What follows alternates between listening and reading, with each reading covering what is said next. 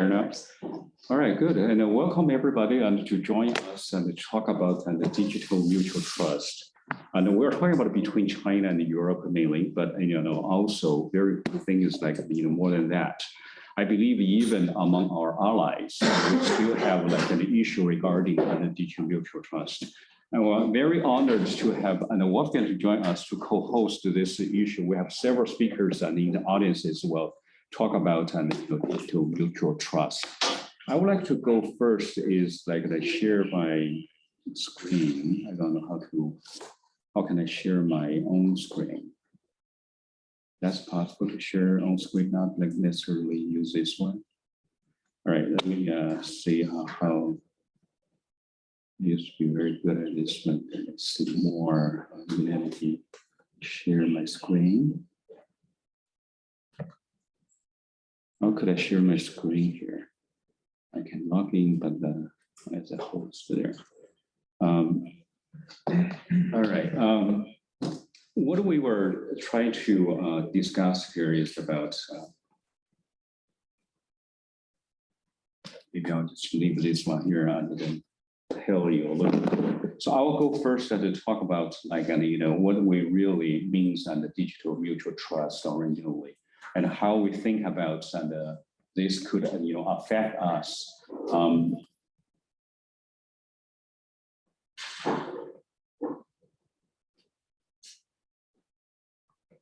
Okay.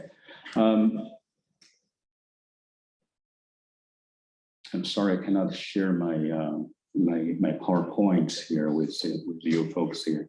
I think it's very important for us to understand a little bit background information right now, and we have 5 billion people connect on the internet, and the data flow and increasing every year and very rapidly at almost 50% and each year rise. So we do have a simplify a very strong balance between people while no longer living in the age before the internet, and increasingly interaction and deep collaboration is almost the daily normal for all these countries here. But at the same time, this kind of interconnectedness and bring us risks, tensions, and conflicts require cooperative efforts to make it works very well. So during the process, we do see a lot of like digital trust rather than digital trust. And digital trust among nations have a severe consequences, and that could affect not only on economy, technology, but also on society as well. So we wanted, we recently did a report regarding like China-German digital mutual trust report, really highlight some challenges we already have like in this area. So we do have an digital interconnectivity between China and Germany, but there's quite a lot of imbalance in digital interconnectivity between the two countries. Germany's position in China's core digital sector is very magnificent, and they play a very lot of rules here.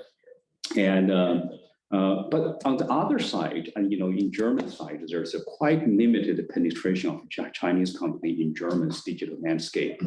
For example, like SIMS, occupy a lot of like core digital area, digital information technology areas, and in China, and almost 70% and increase in talking about 5G and some other SAP technology, and also chemical use in semiconductor manufacturing in China. So there's a lot of like, for example, SAP, it's a good example, like occupy China's market, ERP market, 70% of the market share.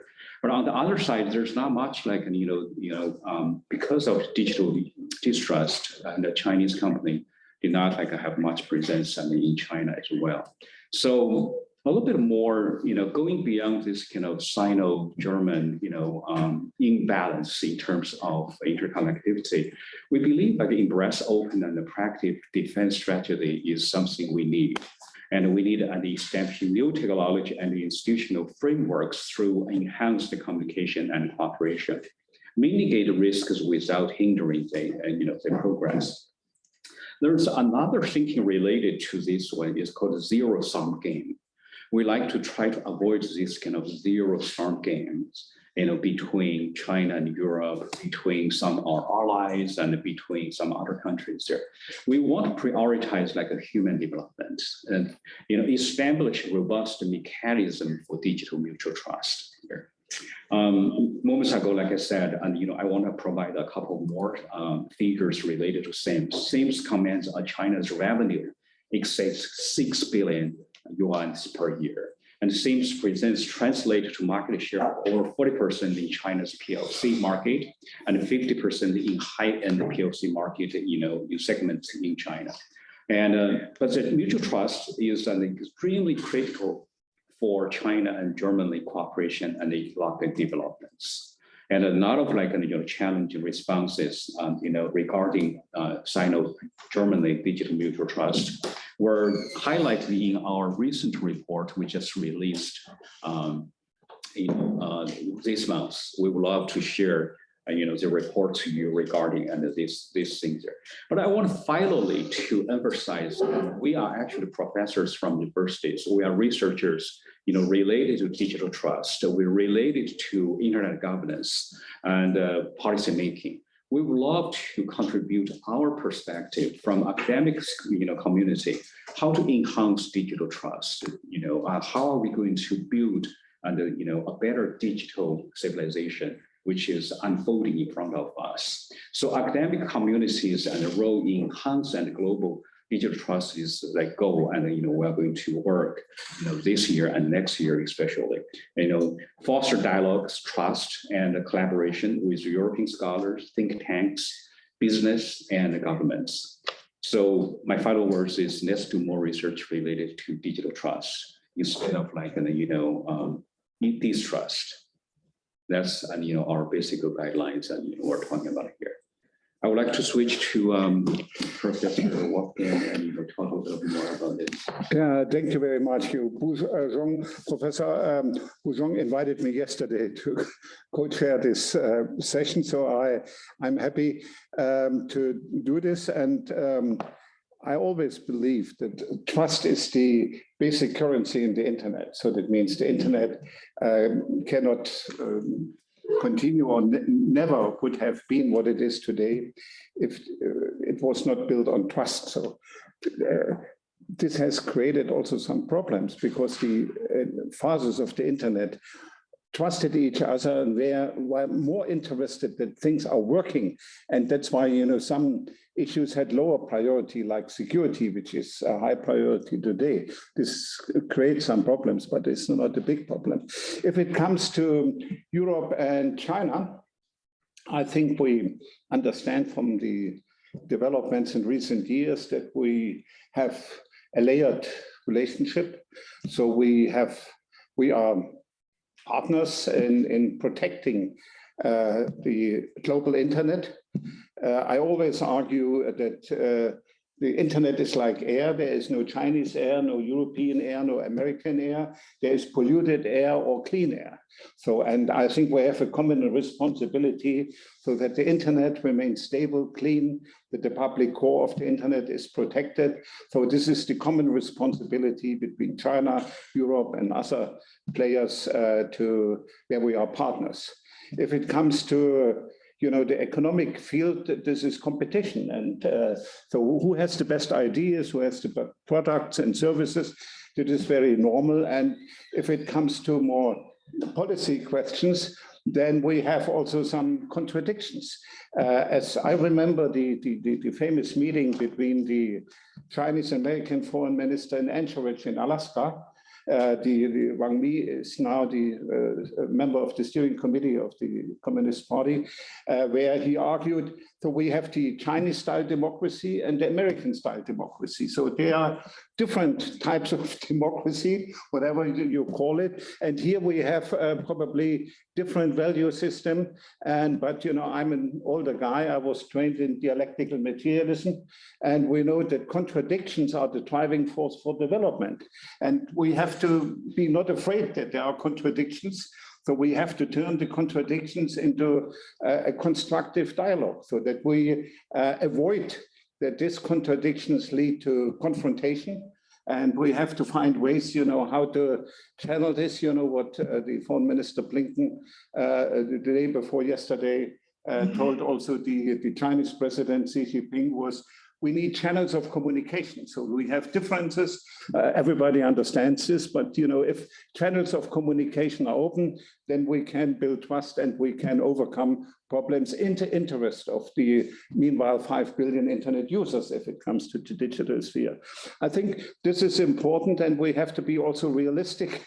If it gets very concrete, that over the last 20, 30 years, there was a lot of mistrust. I think in the early days of ICANN, if I take only ICANN, China mistrusted the ICANN system because they said it's under US control, and the Americans probably, when they control the root, will punish a country and take out the zone file from the root. So then the Yana transition, managed that the Americans terminated the oversight of the root. Now there's the mistrust on the other side that, oh, if China comes with new proposals like the new IP proposals in the ITU, then TCP/IP is not good anymore, as Dorian Bogdan yesterday said in her speeches. We have 40 years now of TCP/IP, and we bring a new protocol. This creates also mistrust and say, oh, what's going on now? I think it was clear after discussion in the ITU focus group that this new IP proposal doesn't go anywhere. So I think it's for the moment off the table. But these are concrete issues where we have mistrust on both sides. Justified, not justified, difficult to say. So, and if it comes to the application layer, look at the negotiations in the United Nations now on cybersecurity, on cybercrime. So there is a mistrust of China that the Americans want to, and the Europeans want to interfere in the internal affairs of China. And a mistrust on the Western side is that, that content control will be justified by a cybercrime convention. So these are very practical issues which are on the table, and via communication, we can contribute to confidence building, to trust building. This is important. This will not, let's say, abolish differences. So we should be very realistic and fair and open, that we face the reality that we have some differences, but this should not stop us to cooperate, to communicate, and to find solutions where we can reach solutions. So these are my short introductory remarks, and thank you very much for inviting me. Thank you very much, and for sharing your insights on this. And everybody know, and EuroDIG could be held here, and this is our drivers, and who really bring EuroDIG to temporary Finland, and we are fortunate to have you here. So we do have like a couple of speakers in our panel, and the first one will go to Fang Xingdong, and who is Dr. Fang is the executive director of the International Communication Institute from Zhejiang University, and also director of Wuzhen Institute for Digital Civilizations. And he likes to share something like the choices for China-EU digital trust. I'll be happy to translate and what he said mainly. 对，这个非常高兴参加今年的EuroDIG，因为在我心目中这是全球最高质量的会议之一因为我觉得所以在这个会上来分享我们这个主题，我觉得是非常合适的，因为我觉得没有数字互信就没有数字时代。今天大国之间的数字互信实际上都出现问题，只是严重程度不同而已，包括欧美之间实际上也有问题。所以随着数字技术把大家越来越紧密的联系在一起，国与国之间的数字互信这种挑战它确实是存在的，也是真实的，而且会越来越严重但是怎么样解决这个问题我们面临着两条道路的这个选择，可能不同的选择结局会完全不一样And I'm very honored to join this EuroDIG. I think this is one of the best venue for us to discuss like internet governance, and very productive. My basic take is that without digital trust, there's no digital era. And today, digital trust between major powers is starting to encounter problems. Though with very degree of severity, including between even Europe and the United States. As digital technology increasingly interconnected the world, the issue of digital trust between nations is objective and real. It's expected to become more severe, in the coming years.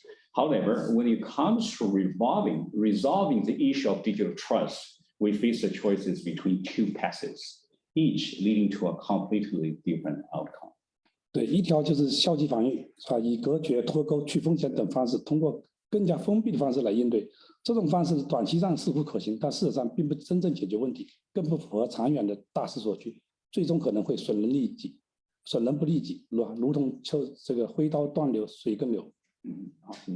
One path is passive defense, which is involve isolation, decoupling, risk mitigation, and through greater closure.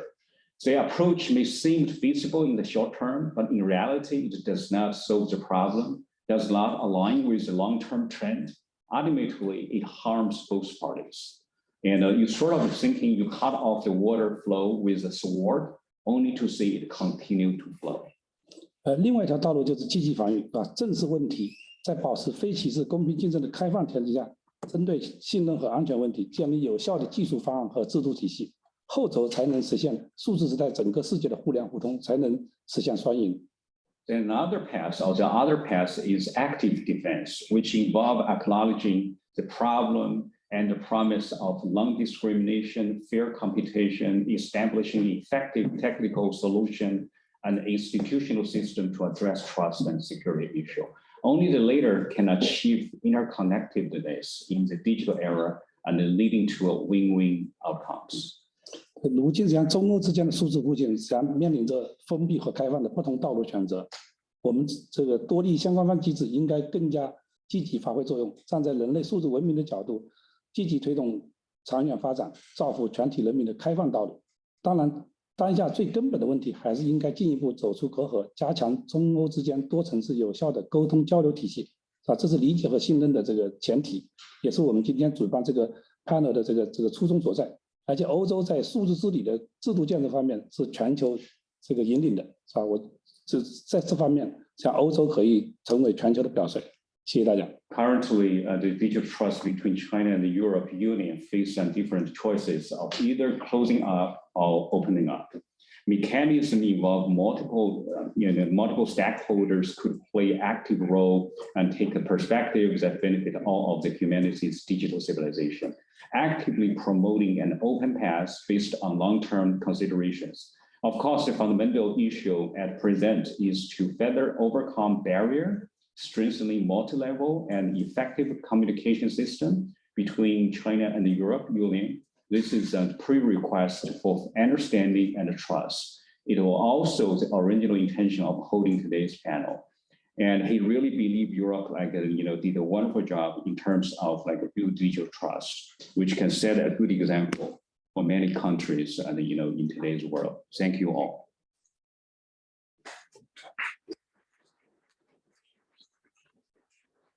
How about let's move on. Also, we have another Chinese professor come from Zhejiang University and Dr. Wu Fei, and who is let me see, and he is titled a little bit long, and director of the International Communication Institute and the Zhejiang University. Okay. I will say Chinese too. 通过数字互信达到数字共通，人类的历史从某种意义上讲是一个有关通的历史，所以数字互信是不是有效，就显得非常重要了。但是我们现在尽管互联网发展很发达，数字互信仍然带来了很多的问题，比如大家都连接起来了，传递速度也很快了。但是大量的虚假信息、网络欺诈、个人隐私和信息安全问题都是非常重大的风险问题。但即使是这样，我们仍然认为数字的技术的互通连接是一个巨大的进步。We truly appreciate the importance of the digital trust. Even we face fraud, we face misinformation, disinformation, all those kind of things there. We still think the value of the interconnectedness and with the world and between people and between nations. 数字共通所强调的就是存在的连接性是彼此共在与共显。而这种共同显现存在的本身就意味着要超越单一性和拒绝同一性的姿态，也就是说，共通不是无差异的同。这一思想是中国传统哲学思想的延伸，而中国的著名的哲学家老子就将正在至存在之上，重视变动性和差异性，反对统一性和本质性。We also think like digital trust does not necessarily mean that we agree on everything. We sort of ignore the differences between us. This is against the Chinese philosopher, were teaching us, which is emphasize the differences, emphasize, and we have like a different value, in all these kind of systems. 数字共通的共享池机制为多元参与主体的理性思考和情感交融提供了保障。Digital trust actually promote diversity, promote like a different perspective and to see the same things, to be a little bit more tolerance and resilience. And, in the process, we built a digital civilization in the 21st century. 数字共通为信息、观念、知识、文化的交流、互动、互鉴提供了基础设施的保障，让各种现代化探索的路径得以贡献，为开创人类美好繁荣的未来提供了现实而又充满想象力的共享、共鸣与共通的对话的空间，从而为完善人类的共同命人共同体提供了一个非常坚实的基础。I must admit, like, Professor Wu is like a philosopher also. A lot of words I cannot translate it very nicely into English. And what he's mainly talking about, the digital trust also appreciates cultural differences. And that's the power of human beings, and we can live together and share this kind of world. Digital trust provides the facility to provide the value for us to really can share a lot of differences we have. I think the fundamental meaning, and he tried to us, is we're not just to try to unify all the sources and under one umbrella, rather than we promote diversity, promote like a difference and values there. That's actually the cornerstone for the digital trust. 谢谢。Yeah, thank you.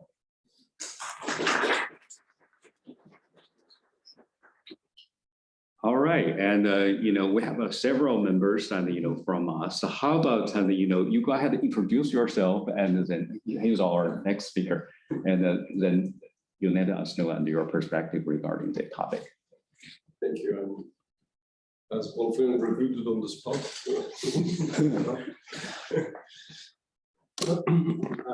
I absolutely agree that to build trust is crucial for the working of the internet. If there is no trust, the life on the internet is difficult for everybody. So I think that this is a value that we need to care, nurture, and to improve as much as possible.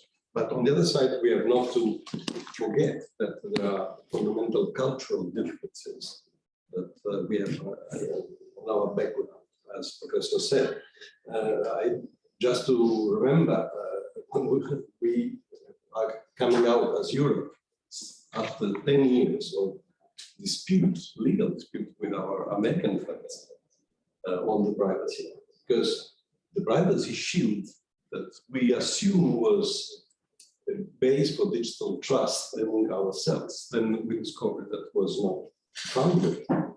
And there are two sentences of the European Court that say that there was a fundamental difference in interpretation. So I don't think that it was a question of cheating. It's simply a question of what we assume in Europe in privacy is not the same concept that our North American friends assume. And it's not the same thing that you assume.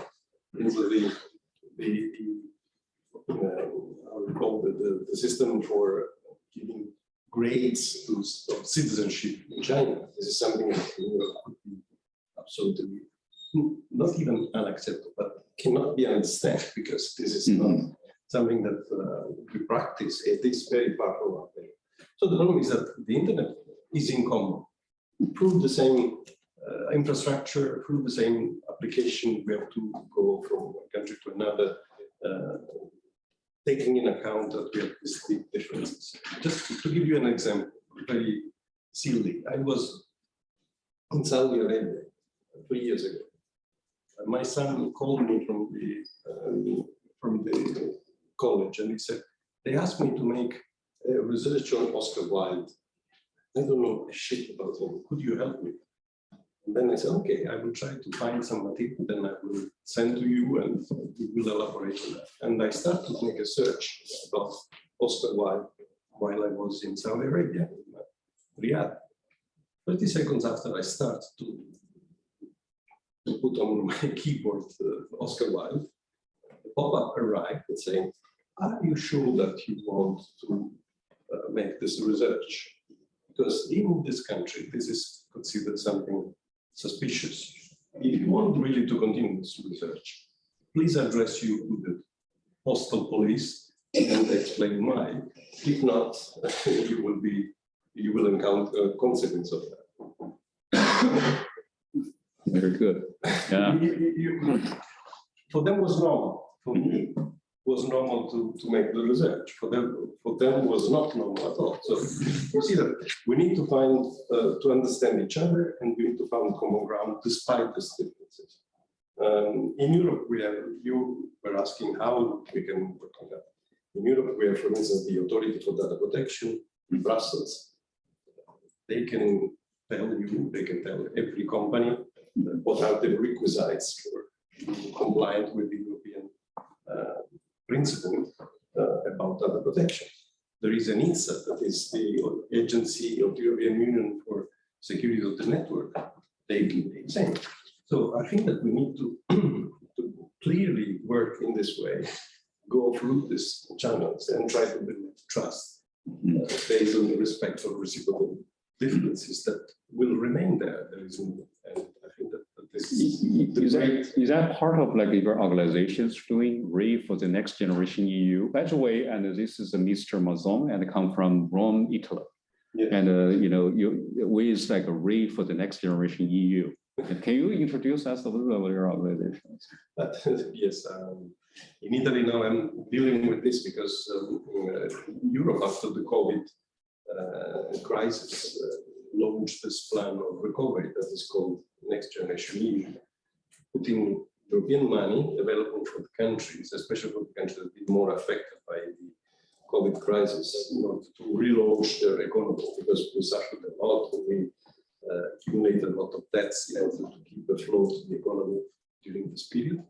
And this money available by the European Union is to be spent exactly in improving, changing the country in the priorities for making the country ready for the future, that are clean energy, digitization of the country and of the economy, and better social services. So as part of that, digital trust is essential. If you have no digital trust, you cannot. Okay. And by the way, I think that there is also a problem for China with bad reputation, given by bad examples in the past. For instance, in Italy, there were very striking examples about some equipment that were provided that had backdoors reporting directly to China, installed in health compound in telecommunication infrastructure. I don't think that you do nothing bad with the data that arrive from the head, but this is something that, according to our policy and principle, is unacceptable. So we need to build and to work on that. Thank you so much. And we have another very important speaker, Wartrock and Rita, and also from Berlin, Germany.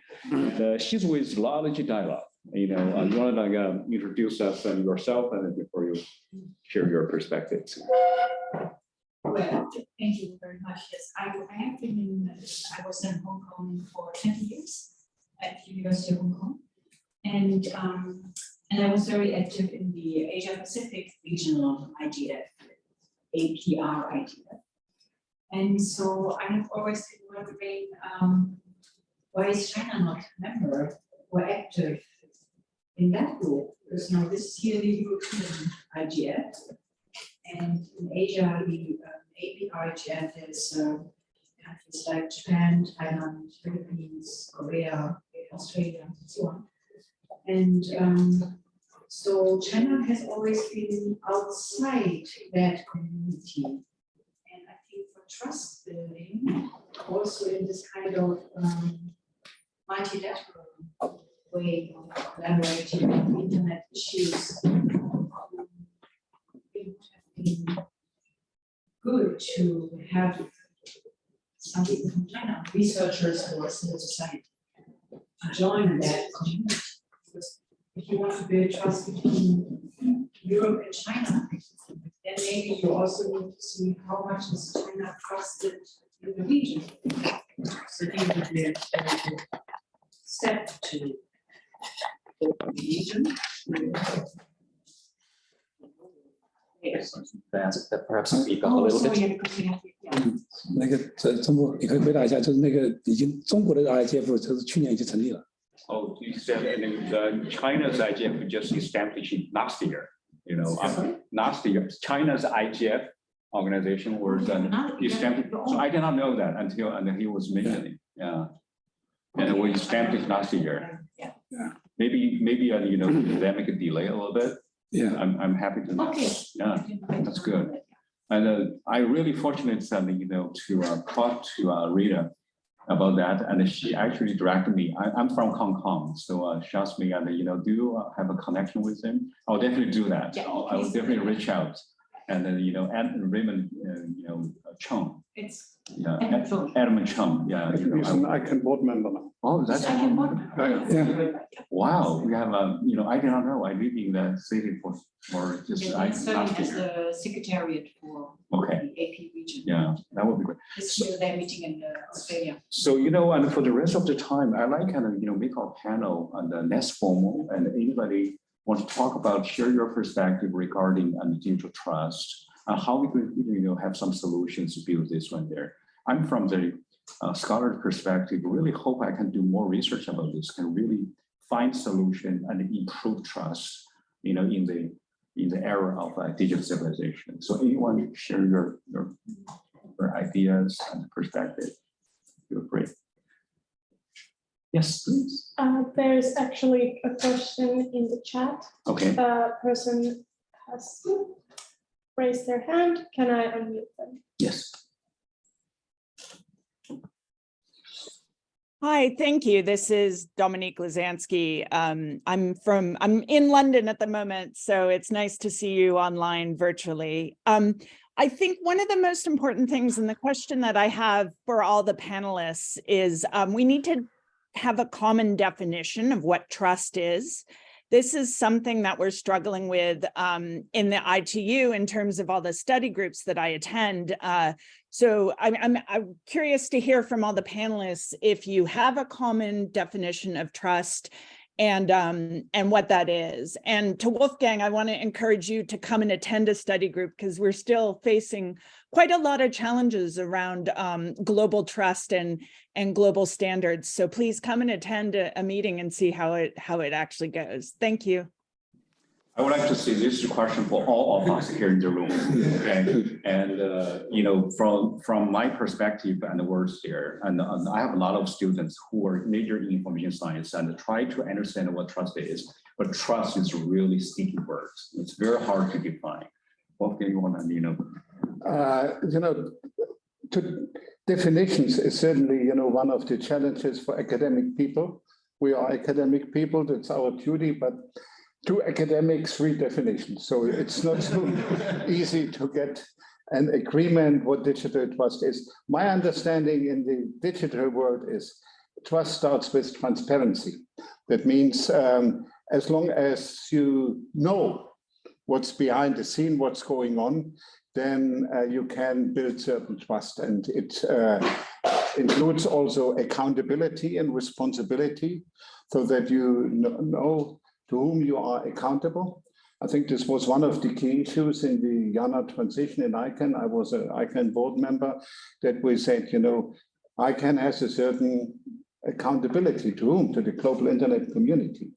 And this is also what we have seen in the previous sessions, that ICANN says, you know, we are the neutral steward of the critical resources, and we, you know, do not touch the internet rule.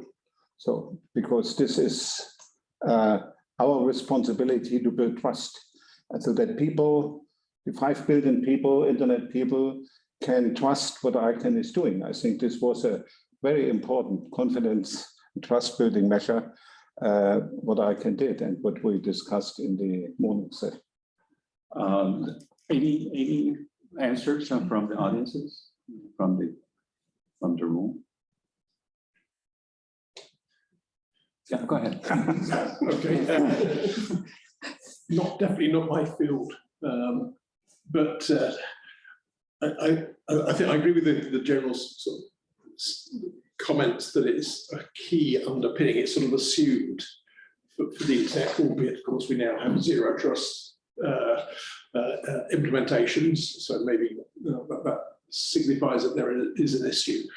I mean, to me, in this specific subject of this discussion, the two things which spring to mind as obvious barriers to trust. So I mean, China specific on these examples purely because it's the topic of the workshop.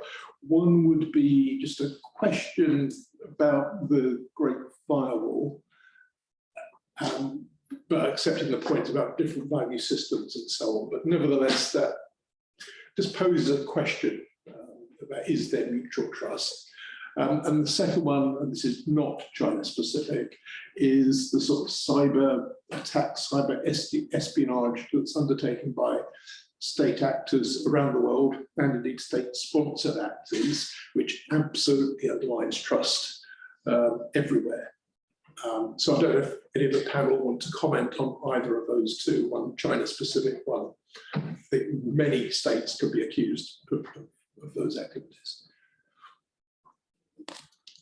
Okay, very good. You know, from perspective from you know, our community, we usually focused on when we talk about trust. There are several issues that are already mentioned by some of you. One is accountability, and another one is transparency, and also we see fairness. Do we have this kind of fairness there? So we usually use that CAD there. But recently, more and more, I'm thinking about the trust is that's also involve ethics. You know, and the E should be there too, and not just accountability, fairness, and transparency, and we used to talk about there. And in this kind of new digital civilization area, I think increasingly AI ethics will be very important. E definitely and it should be there too. Yeah. Thank you, Brandon, for this wonderful question, and we've appreciated your participation in this. All right, anything else? And you know, do we have any more online question? Not at the moment. Okay. Any other perspective from the floor? Yes, please. Just a quick question. Given the primarily multilaterally driven global digital compact process that's happening, do you feel like that presents an opportunity to come together and rebuild this digital trust, or do you feel like digital trust is sort of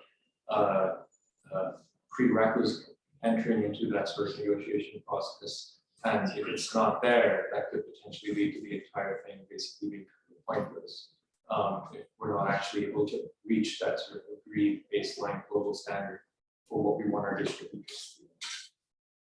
Very good. You know, they're very good. I want to add up here is like a trust actually had been long time viewed as a cornerstone of all human relationships. Without trust, there's no meaningful relationship between people. We met and then we got, and sometimes the distrust could lead us to hostility, and we make us became enemies. A lot of issues and maybe can be helped like with some communication skill. For example, when we talk about LGBT community, when we talk about like the stigma related to eating disorder, we already find and how are you going to define this? What kind of trust do you build here? And whenever we define this kind of issue as personal choices, we don't have so much trust. For example, eating disorder. All right, we think like you just eat too much or you eat too little. That's your personal choice. But when we know that actually eating disorder is type of like a mental disorder, And people began to show more empathy, and people began to show more trust, and also help them get out of this kind of eating disorder. In many cases, eating disorder can be sort of like a lifetime, like mental health disorder with us. And I personally do a lot of like health and related research about this one there. I just realized and how important, trust and enough to be, to resolve all this kind of issue. I totally agree, like, trust could be a wonderful cornerstone, for human relationships, regarding that. Yes, please. Hi, my name is Johannes. I'm part of EuroDIG, and thank you so much for this panel already. It's really thought-provoking. We discuss trust between China and the European Union or the Western states. We talk about states a lot, and I'm wondering if this has a kind of bias towards who actually communicates, and I'm wondering, could there be a solution or removing a trust barrier by having more people communicate and thinking about users communicate as a way of building trust? I'm not sure how many people are exchanging views on technical levels in terms of internet governance between China and the EU, but I just wanted to put this into the room to think about not only states, but also different groups of people on the internet connecting each other. Right. That's where we talk about stakeholders and position. Yeah. Okay. Go ahead, please. Elaborating on what has been told by the colleague before, I think that the question of trust and digital will be essential for the GDP. So there is a debate in China about what could be the contribution of China to GDP, and because this is a problem that you see as important and relevant, how this can be brought by China to within the debate. We have the Ministerial Conference in September, we have the Summit of the Future next year. China will arrive with a proposal for building and improving trust in the digital world.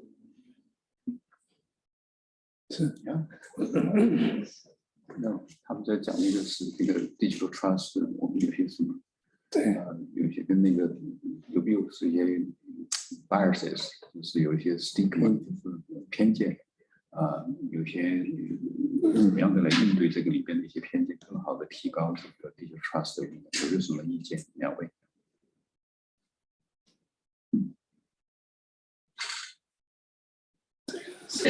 这个很难嘛，我个人的想法要更加的可靠，不要担心。其实我们有的时候看到互联网上有很多的坏的东西，我们很容易采取一种风格消灭的这种类型的方法，但实际上所有的差异它都是有价值的，所有的坏的东西、好的东西，它的呈现，这就是一个自然的现象。I really think like an opening up and it could be one way to build trust. And then whenever we see something like we feel uncomfortable with, actually that's and it could be a type of like diversities and we want to see. So let's know people each other better and through the differences they expressed by themselves on the internet. 对，当然更重要的是提高每一个用户的那种类型的素养和相关的法律和道德的这种类型的训练。They also think it's so important for users to build up their AI literacy, digital technology literacy, how we're going to differentiate and what kind of risk harms that it could caused by certain behaviors on the internet. Yeah. What from the? There are actually a few comments in the chat. Could you look at the chat on your device? All right. Because they are quite different. How can I see the chat?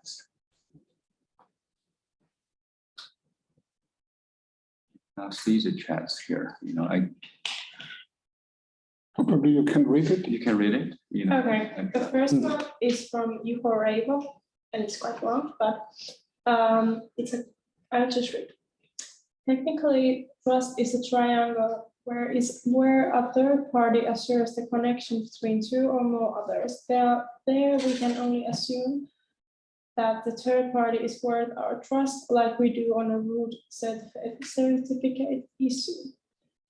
Any thoughts on how this kind of models in future, like how to manage these and how to ensure their base structures through trustfulness, fuse singular trust guards or a multitude of them, governmental or private entities or by communities? And then are there any differences in view or different paths? Okay, I finally can see, for your questions here now. Which person raised that first question? You know the name? This was Juho Reivo. Juho Reivo is a very, okay, Juho Reivo.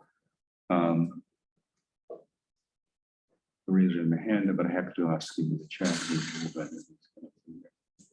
And you have any answers, and the single trust is a triangle, right? And then where the third party assumed any sorts on how this kind of model in the future, like and how to manage this trust. What we change.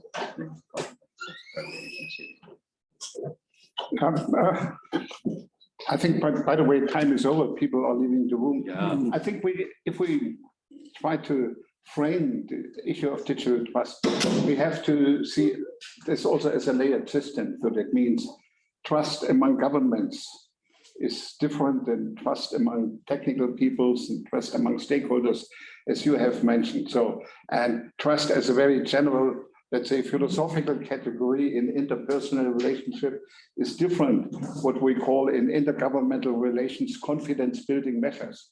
So if you look at the cybersecurity negotiations in the UN, they have confidence building on the agenda, but for the last 5 years, they didn't achieve anything. The only achievement is that the 193 governments were able to nominate a so-called point of contact. That means in case something goes wrong, that a country has a telephone number and can call somebody and say, does it come from you? Is this an attack against our country? So that means the level of confidence is very low. That after 5 years of negotiation, the only thing they have produced is a list with point of contacts. So this is very low level of confidence. And so far, if we speak about building trust, we have a long way to go. And this needs also compromises. That means reflections, understanding the other side, taking note of the concerns, which has been expressed also here. So it's a long way to go. And I fully agree, these are not zero-sum games. This has to be to the benefit of everybody. Yeah. We simply want to mention that we don't agree, we need this to make a decision by just a couple of a few trust guards, like you were mentioning. And I think it's a very dangerous thing. And there's either the government's the big business of someone to make a decision on behalf of us. And we need to have a several discussion about what trust really will be. All right. Thank you, everybody, for coming here. And I really learned so much. And